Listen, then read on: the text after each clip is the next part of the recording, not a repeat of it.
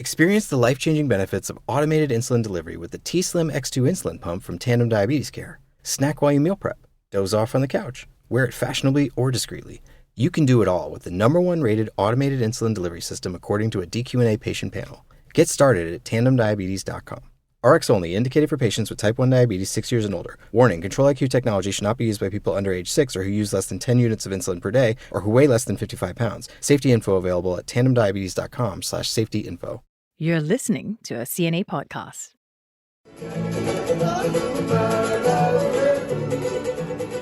Doesn't hearing that make you feel like you're on vacation? Picture crystal clear waters, pristine beaches, small town charm. No shortage of any of those things in the Pacific Islands. You just heard some home video taken by my colleague, editor Jeremy Coe. He burned off some leave recently and toured the region, a region that's been getting a lot of attention lately. In case you haven't noticed, there's a giant power contest for these tiny countries. China and the US have been courting them hard. So what do they have to gain and lose in their newly influential position? Jeremy joins me to talk about that.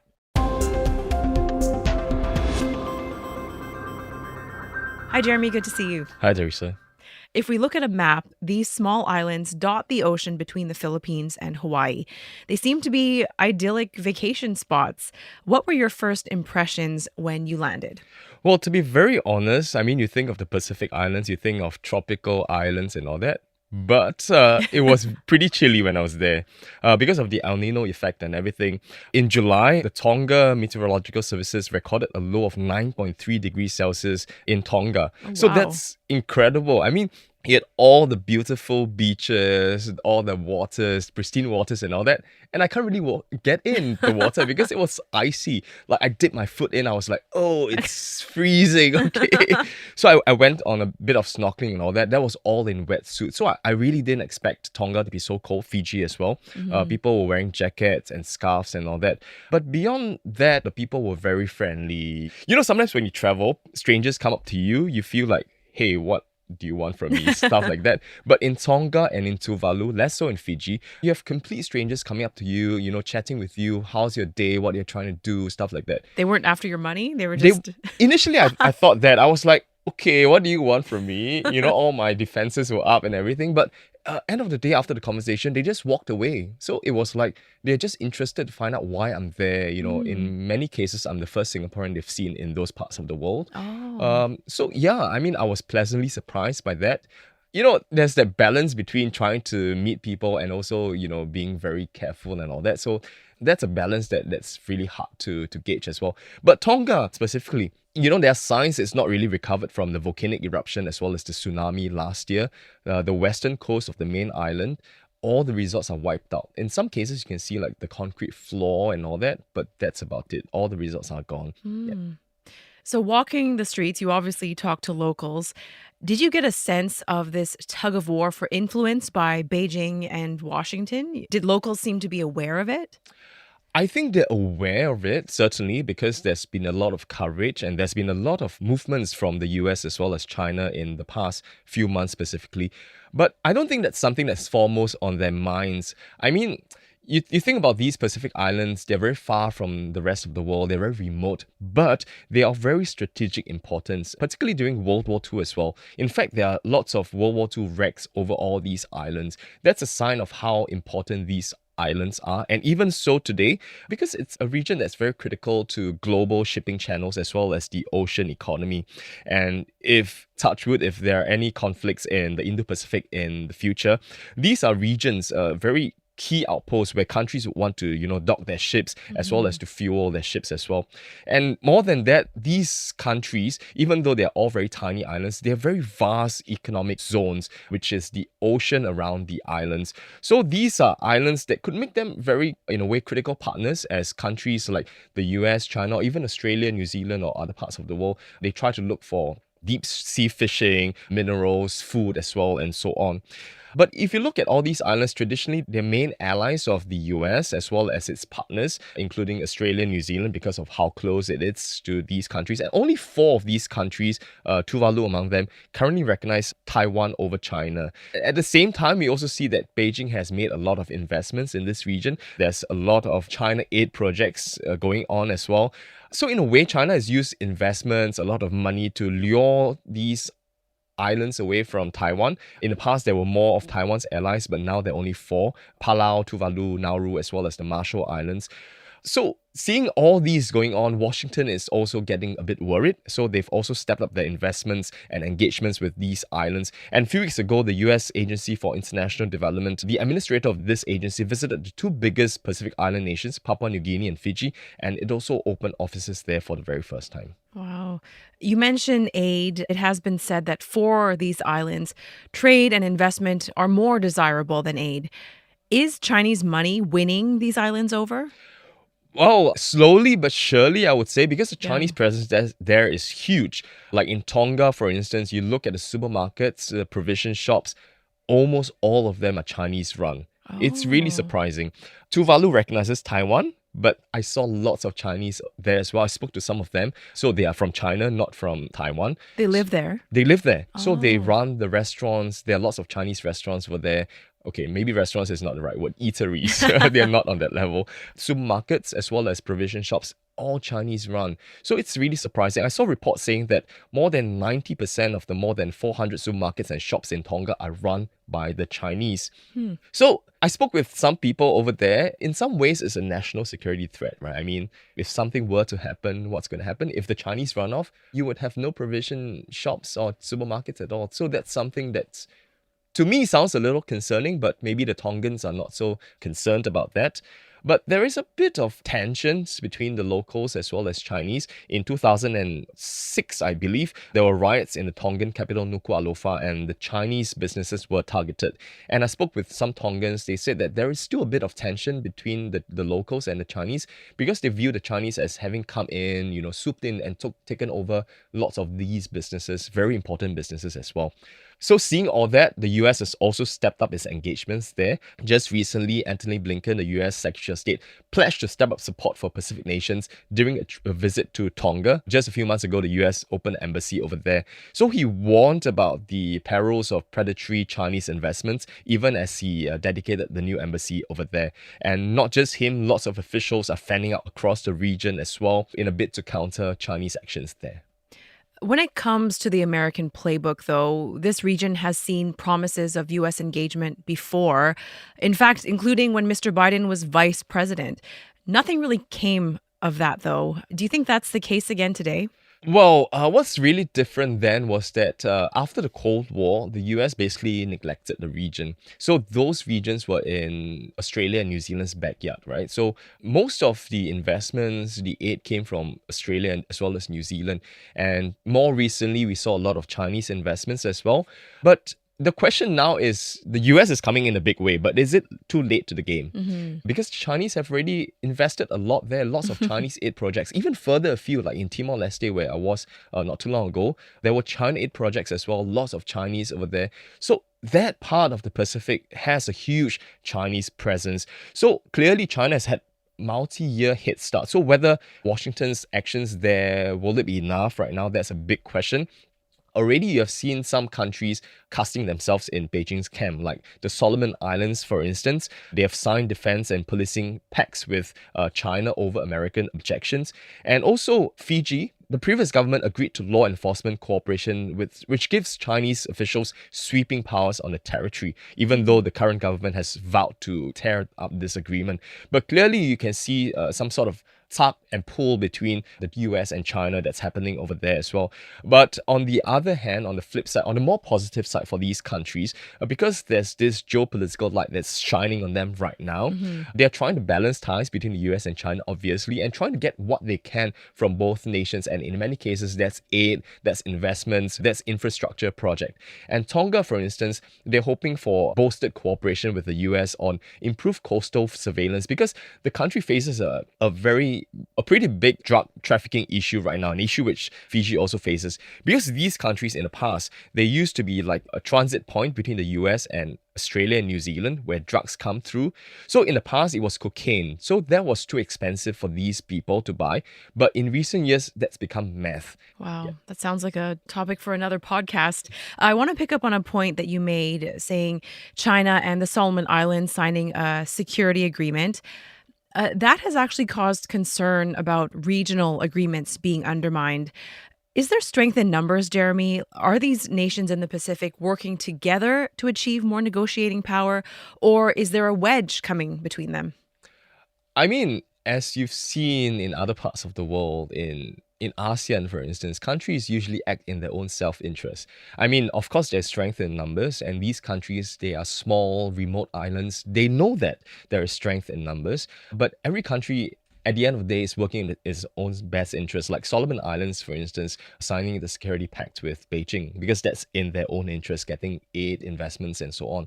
But having said that, in August, 4 Pacific Island leaders arrived in Vanuatu to consider declaring a neutral position in the Pacific amid this contest between the US and China as well. These countries are Papua New Guinea, Solomon Islands, Fiji, New Caledonia, which is administered by France, as well as Vanuatu as well. And after the meeting, the Vanuatu Deputy Prime Minister said the leaders would consider declaring a region of peace and neutrality. But how would that work? Well, clearly there's a tug-of-war that's happening over there, and it's only these 4 countries that are involved in this pact. So clearly we're going to see a lot of movements in the Pacific Islands over the coming years as well. That's become a new region that's being contested by the major powers of the world. Yeah, clearly deeper relations with these countries is the goal. But do the Pacific Islands really know what they're getting themselves into? We'll get Jeremy's take after this.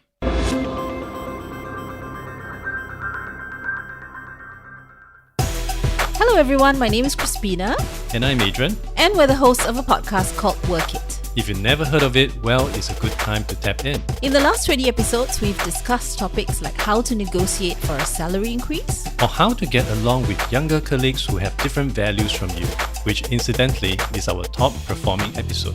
if work consumes your life and you want some perspective on issues like management, stress, even office romance, then this podcast should be on your list. A new episode drops every Monday. Catch us on the CNA app or wherever you get your podcasts.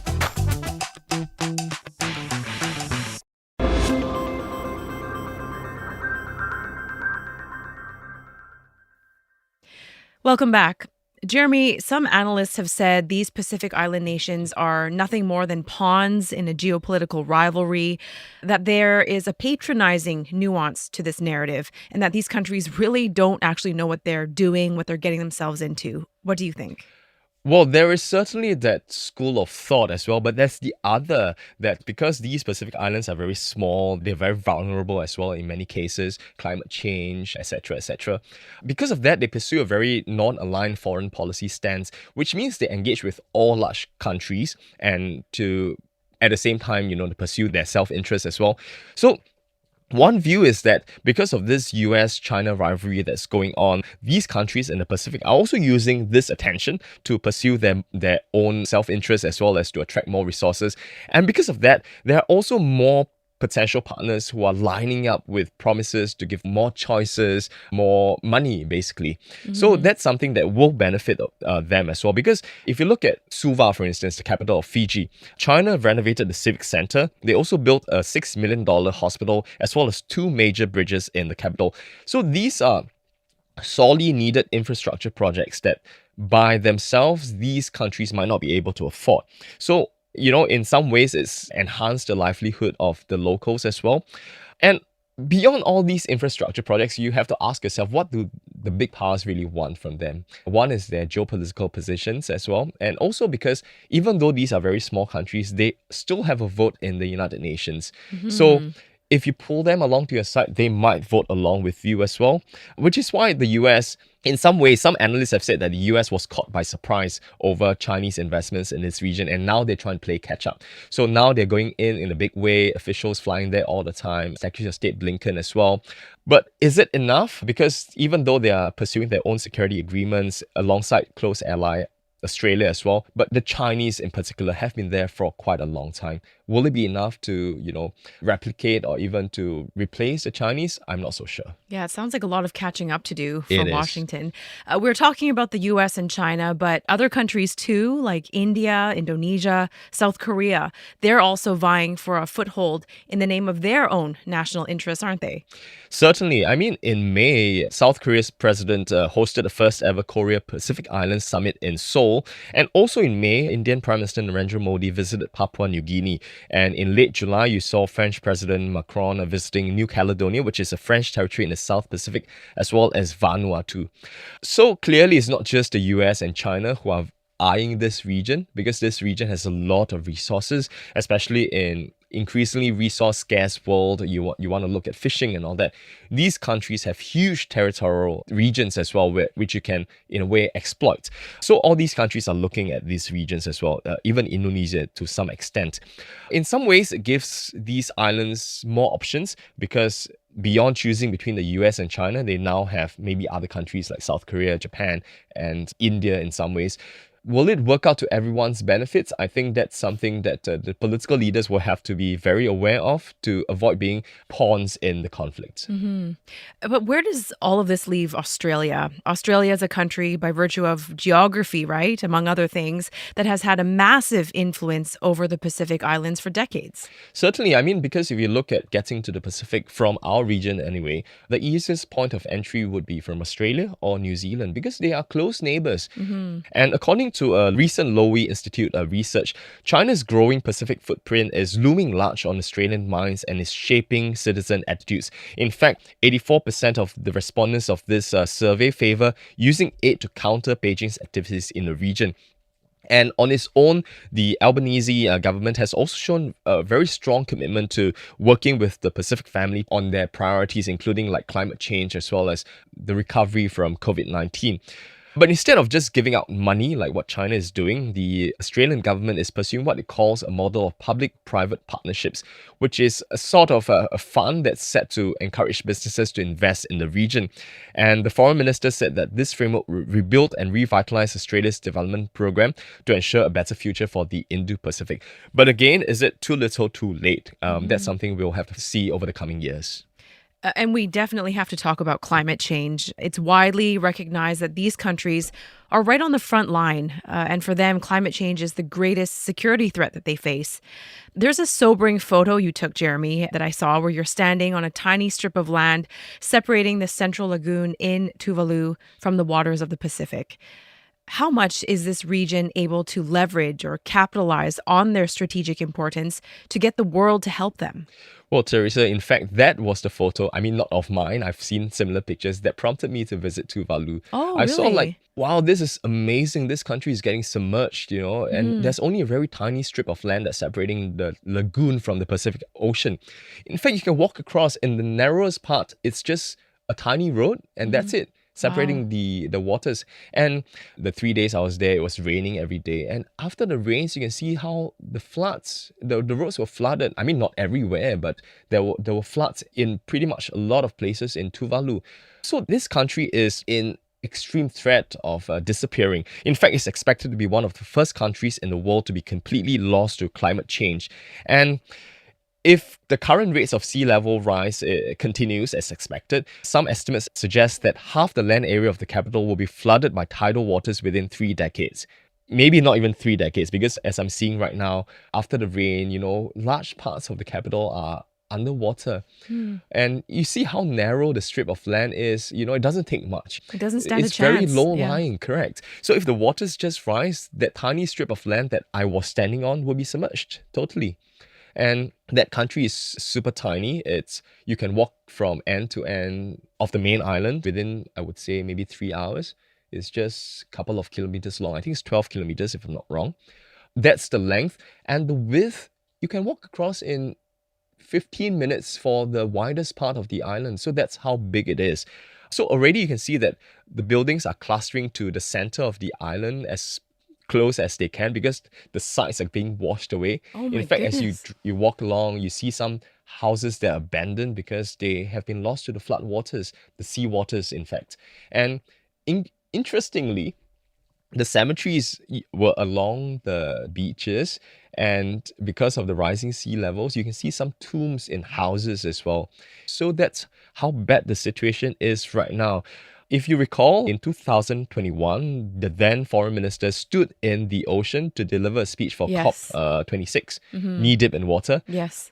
So that's really how bad the situation is. But it's not just Tuvalu. Many other low-lying Pacific islands also suffer from this threat of rising sea levels. According to a new UN report, countries like Kiribati, Tuvalu, of course, and the Marshall Islands, they are super vulnerable to this rising sea level because the Pacific region is experiencing an approximate increase of 4 millimeters of sea level rise annually in certain regions, which is higher than the worldwide average. So, if these countries were lost to the ocean, it's a big loss as well for not just the islanders themselves, but also for the whole world, because you lose cultures, you lose histories as well, which is why Tuvalu has also uploaded itself on the metaverse, one of the first countries in the world to do so. Oh, wow. I didn't know this. It's very interesting. I don't know how exactly it works, but basically they're taking pictures, videos, recording oral histories, whatever, to upload them to the metaverse. So in the event that the country is lost forever, it's submerged underwater, future generations can still access all these islands, landmarks, heritage, etc., and so on. So do you think they're able to leverage their position and get help? There is some sort of land reclamation that's going on in Tuvalu. I was having a chat with some foreigners over there.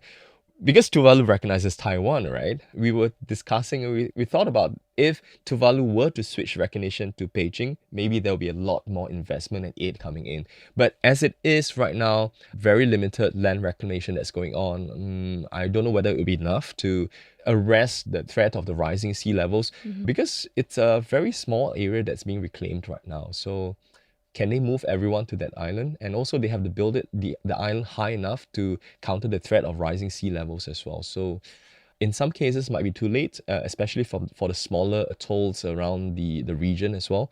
Because the main attention will be on the major cities. What about the smaller ones? The ones with less villages and so on? I mean, the more pessimistic side of me feels that these islands probably are gone forever. Well, likely these islands will remain in focus in the years to come, whether it be for climate or geopolitical reasons. Thanks so much, Jeremy.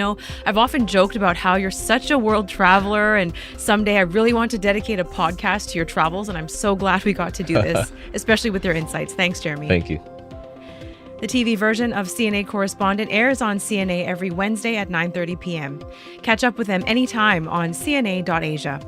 The team behind this episode is Saya Win, Clara Ong, Crispina Robert, and me, Teresa Tang. Until next time.